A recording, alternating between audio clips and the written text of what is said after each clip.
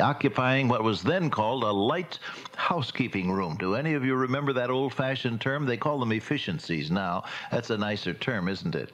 But it was a one-room setup where there was a bed, a stove, a sink, a kitchen table, a cabinet, some chairs, a bookcase. That was home sweet home for me during high school years.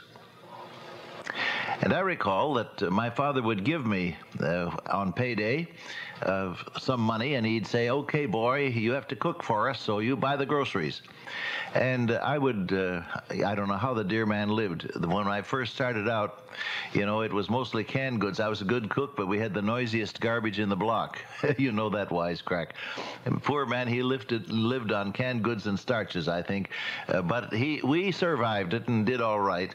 And I learned my way around a cook stove reasonably well.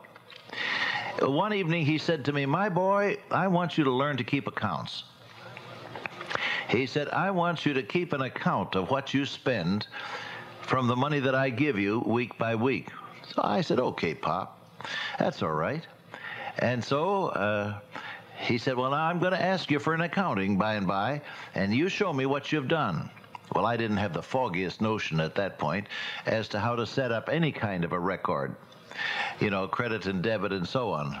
I wasn't even as knowledgeable as the old man who used to look in his middle drawer and see the card there which said wall side credit, window side debit. You remember him? I didn't even know that much.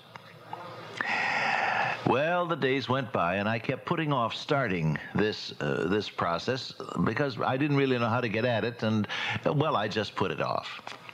One evening he said to me, "Boy, I want to see your records. It's time now that we take a look at them." "Oh," I said, "Pop, you can't just say that. I'm not really ready.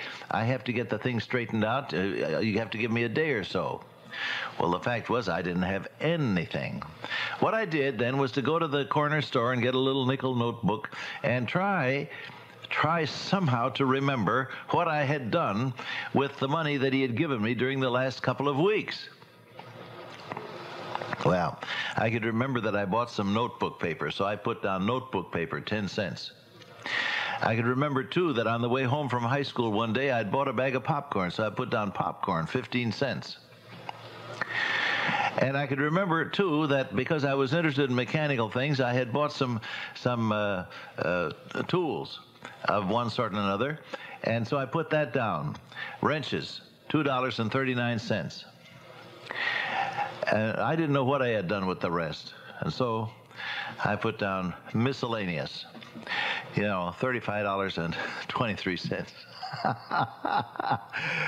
Well, he said, "All right, let me see your records." Then I brought this pitiful little notebook to him. He didn't know whether to laugh or cry or to give me a spanking. Well, I was pretty big at that point, so I was beyond the spanking age. And he gave me a good scolding and told me that he wanted me to learn to be a good record keeper rather than something pitiful like that. And he really told me. I remember that across the years. So then every one of us shall give account of himself to God. And one of these days the Lord is going to ask you and ask me, what did you do with the talents and with the abilities and with the opportunities and with the friendships and with the life that I gave you? Show me now, what did you do with it? And you and I may very well have to bring out our poor little nickel notebook and say, "Well, God, here's a few items. I did this for myself, and I did that for myself, and I did the other for myself, and the rest is miscellaneous." Oh, dear friend, I can't impress upon our hearts too strongly the fact that what we do needs to be the kind of thing that will count for eternity, instead of being lost under some heavenly heading of miscellaneous. So then every one of us shall give account of himself to God. Now he says, let's not judge one another anymore. Does that mean you don't do any judging? Oh, no. He said, judge this rather. You're going to do any judging, to judge this, that no man put a stumbling block or an occasion to fall in his brother's way. Years ago, I had a church member who was having a dreadful time with stopping smoking his cigarettes. He wanted to, but he just couldn't make it. And I was talking with him one day. I said, Cecil, why don't you stop smoking? You know that it's ruining your health, and you feel guilty about it. Why don't you trust the Lord to help you stop? Well, he was a little defensive at that point, and he said, Pastor, he says, you drink coffee all the time. That's just as bad. That's a habit with you, just like this habit is with me. Well, he knew that I like coffee. I still do. But I said, well, Cecil, if that's the problem, I said, I'll stop. And, I stopped drinking coffee for I don't know how many weeks. And finally, we gave up the contest, And thankfully, the Lord dealt with his heart and delivered him, quite apart from my coffee demonstration. And he was happily delivered. But I remember that as an illustration of what Paul is saying here. If my coffee drinking were an offense to my friend and church member Cecil, then I better do something about it. It wasn't sinful for me. It wasn't hurting me any, as far as I could tell. But if it was an offense, then I better do something about it. We try to operate on that basis here at the King's College. Some of our rules are arbitrary from the point of view of an outsider.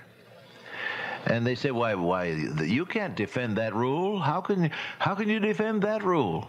Why, you could argue about that. And of course, the answer is, why, of course, you could argue about it. But if you want to argue about it, you'll have to do so from outside, because this is how we view it. And we view some of our rules of conduct from the simple point of view that we don't want to give offense to anybody who has a conscience on the matter. You see? That's really why we do it.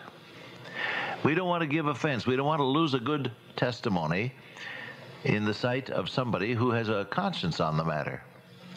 And so we adjust our behavior, not because we have to, but because we want to protect the impact we have under God on other people's lives. He says, judge this rather, that nobody put a stumbling block or an occasion to fall in his brother's way.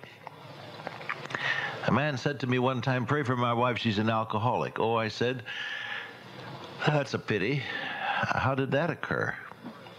He said, before I was saved, he said, I used to drink some, and she didn't really care for it, but just to please me, she began to have a drink, and she discovered that this had a tremendous hold upon her, and before I knew it, I found that as a solitary drinker, she was consuming large quantities of liquor, and day after day I would come home and find her either unconscious or severely intoxicated, because I taught her to drink.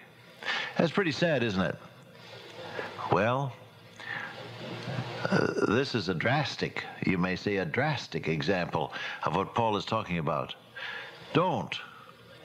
That is, dear friend, don't ever do something that is going to draw another person away from your Lord, either by your example or by introducing them to a practice which may enslave them, as in the case of this lady who learned to drink to accommodate her husband's habits.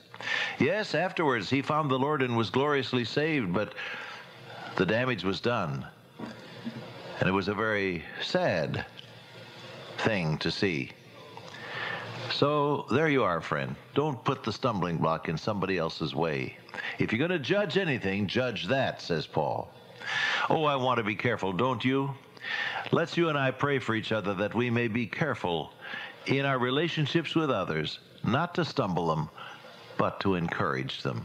Let this be our rule, that whenever we touch another's life, we'll leave him or her better off, happier in the Lord, closer to Jesus. Amen? Dear Father, today, keep us from stumbling or hurting or discouraging anybody. Help us to encourage people to walk with the Lord. Amen. Till I meet you once again by way of radio, walk with the King today and be a blessing. You were listening to program number 2116.